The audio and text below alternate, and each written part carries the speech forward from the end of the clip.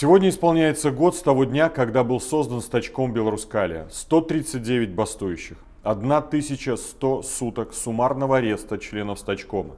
За год вы прошли уговоры и запугивания, задержания и обыски, насилие и пытки, давление на родных и близких.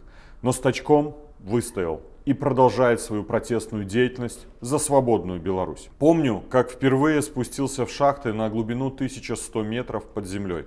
Это были шахты компании КГХМ Польска, которая добывает золото, серебро, другие полезные ископаемые, и в том числе ведет геологические работы по поиску калийных солей. Помню то чувство, когда находишься внизу и над тобой километр земли.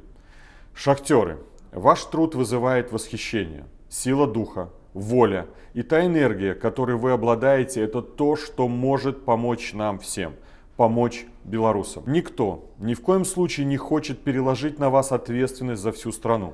Никто не ставит такой цели.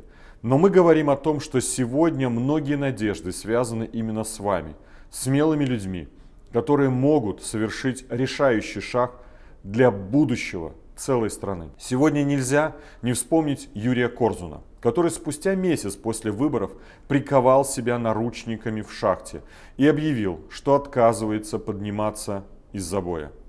В своих соцсетях Юрий написал, что всегда был аполитичен, но когда стал свидетелем настоящего геноцида белорусского народа, не смог оставаться в стороне.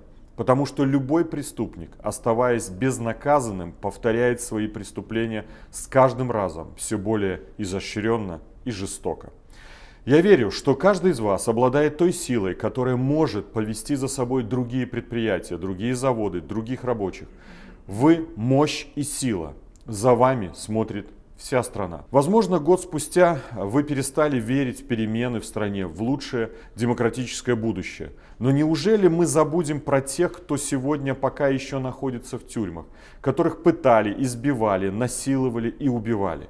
Мы помним и никогда не согласимся с тем, что происходит прямо сейчас в нашей стране. У государства террора нет будущего. И мы уже сегодня должны начать готовиться к забастовке. К решающей забастовке, которая неминуемо приведет нашу страну к падению диктатуры.